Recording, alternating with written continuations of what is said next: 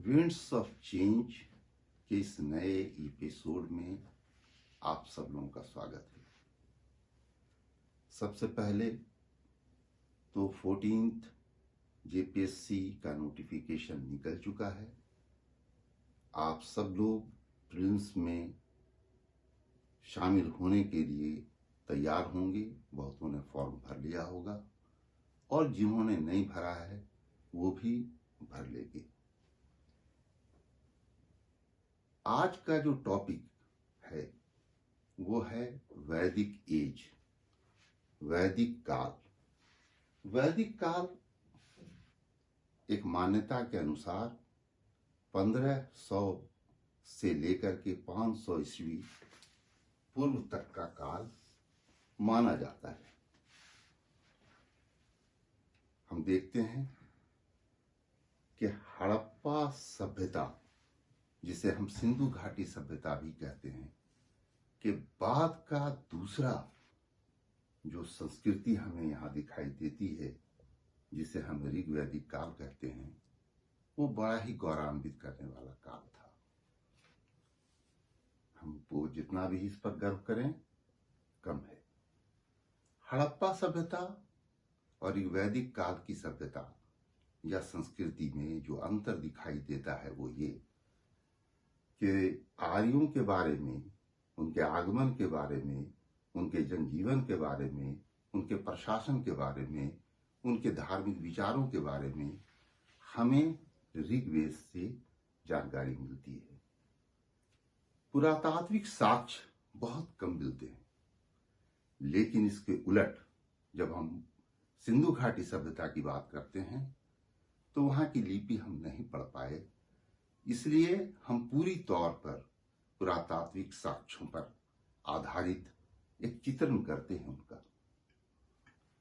उनकी खुदाई में हमें शहर मिले जो बड़े ही योजनाबद्ध शहर थे, लेकिन आर्यन चूंकि कबीले के तौर पर यहां आए, कबीलों में बटी हुई संस्कृति थी, इसलिए हम देखते हैं कि वो पशुपालक समाज के तौर पर हमारे सामने आते हैं।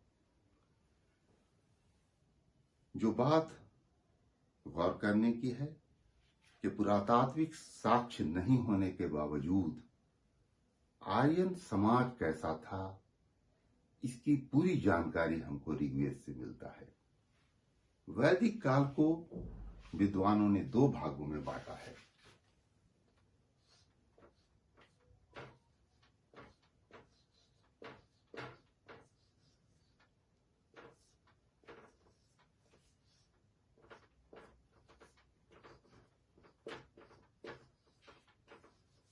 ऋग्वैदिक काल और दूसरा उत्तर वैदिक काल। हम देखते हैं कि ऋग्वैदिक काल का जो मुख्य स्रोत है वो ऋग्वेद है, और उत्तर वैदिक काल तक आते आते 3 और वेद की चर्चा हम करते हैं: सामवेद, यजुर्वेद और अथर्ववेद। उपनिषद जो हमारे आध्यात्मिक सोच की बुलंदी को दर्शाता है, वो इन्हीं वेदों का लास्ट चैप्टर है। चारों वेद में उपनिषद पाया जाता है। एक बात तो स्पष्ट है कि यहां पर सिंधु घाटी या मूल निवासी यहां थे पहले से। इनका जब आगमन हुआ तो ये उसी क्षेत्र में आए जहां पर के सिंधु घाटी सभ्यता विकसित हुई थी। हम देखते हैं कि इनका क्षेत्र और जो नाम इन्होंने हर जगह इस्तेमाल किया है, उसको देखने से स्पष्ट होता है कि गंगा और यमुना द्वाब के बारे में इनकी जानकारी बहुत कम थी। इनका प्रमुख वर्णन सिंधु घाटी तक ही सीमित था, और सिंधु नदी का नाम बार बार आया है। उनके जितने ट्रिब्यूटरीज थे, 5 ट्रिब्यूटरीज का नाम वहां पर अंकित है। जब आज आए भारत, या फिर कह लें कि भारतीय प्रायद्वीप में, तो उनकी लड़ाई भी हुई स्थानीय लोगों से, जिसे ऋग्वेद में दस्यु कहा गया। एक बात स्पष्ट है कि ये विजयी रहे, यहाँ के मूल निवासियों की जगह इन्होंने अपनी संस्कृति को स्थापित किया। हम देखते हैं कि भरत नाम के एक कबीले का जिक्र ऋग्वेद में आता है। इसी भरत नाम से आज हम भारत को भारत के नाम से पुकारते हैं। एक बात जो साफ है कि दस्यु हत्या यानी जो मूल निवासी थे उनके हत्या का जिक्र ऋग्वेद में बार बार आता है, और जो उसके हत्या करने वाले थे उनके लिए त्रास दस्यु का नाम आता है। ऋग्वेद में वर्णित बहुत सारी बातें ईरानी भाषा के सबसे पुराने ग्रंथ अवेस्था से मिलती जुलती है। अब प्रश्न है कि ये आए कहां से थे। कुछ लोगों का विचार है कि ये इंडो आर्यन जिस भाषा को इस्तेमाल करते थे या जिससे ये संबंधित थे वो एशिया से ही आए थे, दक्षिण एशिया से। कुछ लोगों का विचार है कि ये यूरोपीय लोग थे जो भारत में इनका आगमन हुआ। कुछ लोगों का विचार है कि ये तिब्बत से आए थे। कुछ लोगों का विचार है कि ये कहीं बाहर से नहीं आए थे, ये हिंदुस्तान के ही निवासी थे। लेकिन जब हम इनकी संस्कृति को देखते हैं और उसके विभिन्न बातों को देखते हैं तो ऐसा प्रतीत होता है कि वो ज्यादा मेल खाता है, भाषा ज्यादा मेल खाती है इंडो आर्यन भाषा से, ज्यादा मेल खाता है वो पश्चिमी एशिया के लोगों से, ईरान के लोगों से और कुछ यूरोपियन लोगों से। इससे एक आधिकारिक बात अगर कुछ कही जा सकती है तो वो ये कही जा सकती है कि वो पश्चिम एशिया से यहां आए थे। आए कहां थे?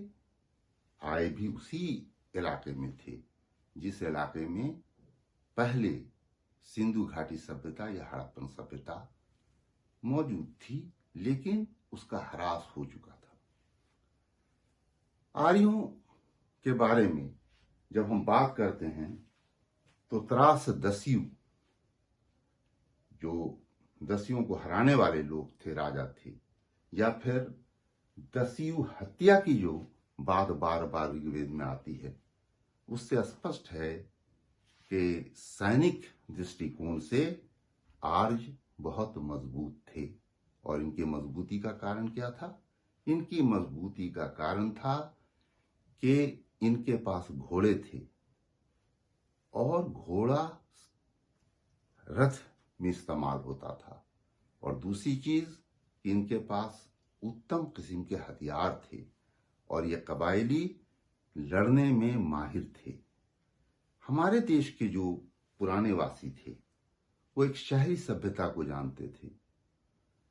उनके यहाँ सिंधु घाटी सभ्यता में या हड़प्पन सभ्यता जिसे हम कहते हैं, वहां हथियारों का जखीरा नहीं मिला है, न ही घोड़े मिले हैं। घोड़ा बहुत कम, एक आध दो जगह खुदाई में कुछ अस्थियां मिली हैं जिसके बारे में विद्वानों का मत है कि ये घोड़े की अस्थियां थीं, लेकिन उसकी कोई प्रमुखता हमें उस सभ्यता में नहीं दिखाई देती है। जबकि जैसे ही हम आर्यों के बारे में पढ़ते हैं तो ऐसा लगता है कि घोड़ा बहुत ही महत्वपूर्ण पशु था। दूसरी चीज जो हम देखते हैं कि हड़प्पन सभ्यता में गाय का जिक्र या बैल का जिक्र उतना नहीं है, नगण्य है। उसके विपरीत वहां हमड बुल का जिक्र है। कैसे जानते हैं हम इस बात को? कि उनकी जो मोहरें मिली हैं उसमें हमड बुल दिखाई देता है। इसका मतलब है कि वो घोड़े से उतना भिज्ञ नहीं थे, भले ही कहीं से कोई घोड़ा वहां उस एरिया में आ गया हो, लेकिन घोड़े को पालने की कोई प्रवृत्ति उनमें नहीं दिखाई देती है। ये ऋग्वेद में भी बार बार इस बात का जिक्र आया है कि उनके जीत का कारण घोड़े के बल पर चलने वाले रथ, हथियार और कबाइलों का एकजुट होकर के लड़ना था। अब हम देखते हैं कि आर्यन एक बार एक ग्रुप में नहीं आए थे, ये विभिन्न चरणों में यहाँ आए और आहिस्ता आहिस्ता उन्होंने यहाँ पर बसना शुरू किया, जिसका आरंभ विद्वानों के द्वारा 1500 ईस्वी पूर्व बताया गया है। इस सभ्यता में सबसे महत्वपूर्ण पद अगर किसी का था तो वो था राजन का, जिससे यह स्पष्ट होता है कि राजा भले ही राजतंत्र उस तरह से स्थापित नहीं हुआ था जिस सेंस में हम जानते हैं। हम ये कह सकते हैं कि कबीलों के सरदारों का मुखिया राजा हुआ करता था, जिसे उस समय में राजन कहा जाता था।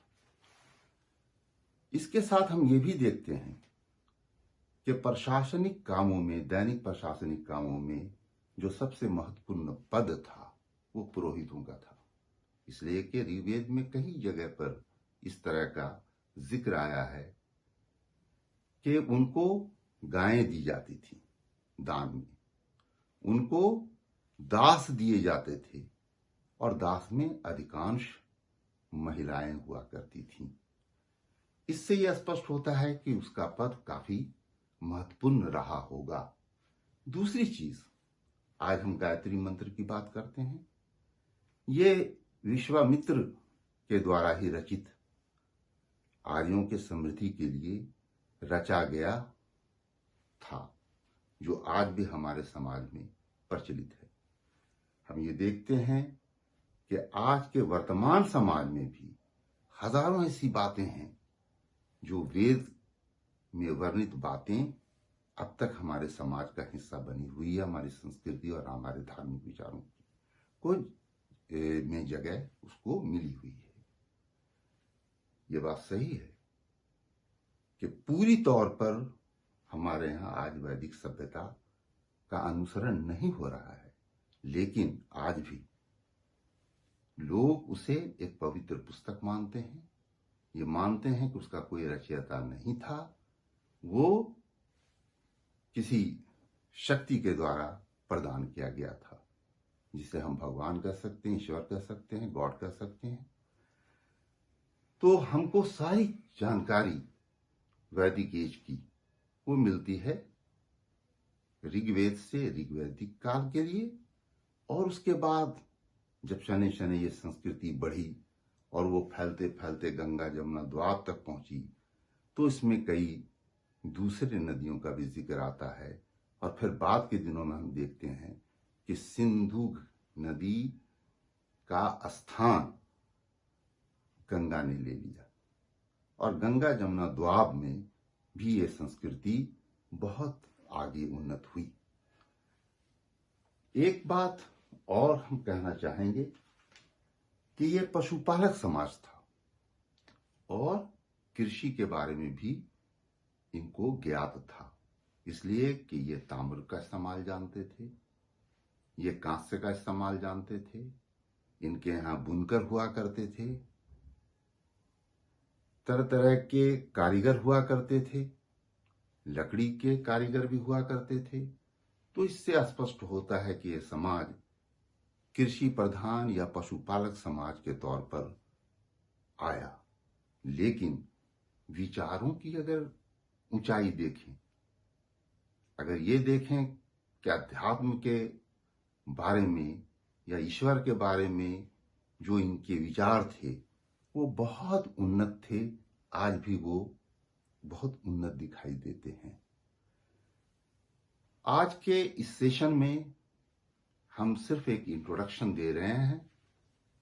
अगले सेशन में हम इसके माइन्यूट डिटेल्स को, लेकिन इस बात का ध्यान रखते हुए कि काफी विस्तृत सिलेबस है प्रीलिम्स का, जिसमें कि इतिहास में प्राचीन भारत से लेकर के आधुनिक भारत तक और हमारे झारखंड की का भी इतिहास उसमें शामिल किया गया है। तो ये संभव नहीं है कि किसी टॉपिक को आप बहुत विस्तृत ढंग से पढ़ें। पढ़ना जरूरी है और ये भी देखना जरूरी है कि इस टॉपिक में कौन कौन से महत्वपूर्ण बिंदु हैं। बेहतर होगा कि आप कम किताब पढ़ें लेकिन उसको बार बार पढ़ें और जो महत्वपूर्ण बिंदु आपके सामने आता है उसको एक पेंसिल से अंडरलाइन कर लें ताकि जब दोबारा आप उसको रिवाइज करें तो आपको आसानी से वो बात याद रहे या याद आ जाए। वस्तुनिष्ठ प्रश्न जिसको हम एमसीक्यू कहते हैं, उसमें हम देखते हैं कि कई ऑप्शंस होते हैं। एक क्वेश्चन है, उसके आंसर में ए बी सी डी इस तरह से ऑप्शंस होते हैं और उसमें एक सटीक जवाब होता है जिसको आपको चूज करना है। कभी कभी ऐसा भी होता है कि ABC के नीचे लिखा रहता है ऑल, यानी हर जो बात लिखी गई है ए में, जो बी में, जो सी में, वो सब के सब सही हैं और कहीं कहीं ऐसा भी होता है कि सिर्फ एक सही है। तो अगर आपने टॉपिक को ध्यान से पढ़ा होगा तो स्वतः उसका उत्तर आपके दिमाग में आ जाएगा, लेकिन क्लैरिटी होनी चाहिए। और समय कम है इस बात की चिंता छोड़ दें, सब्जेक्ट बहुत विस्तृत है इस बात की भी चिंता छोड़ दें। आप अपने काम में लग जाएं, मेहनत का फल हमेशा मीठा होता है। धन्यवाद।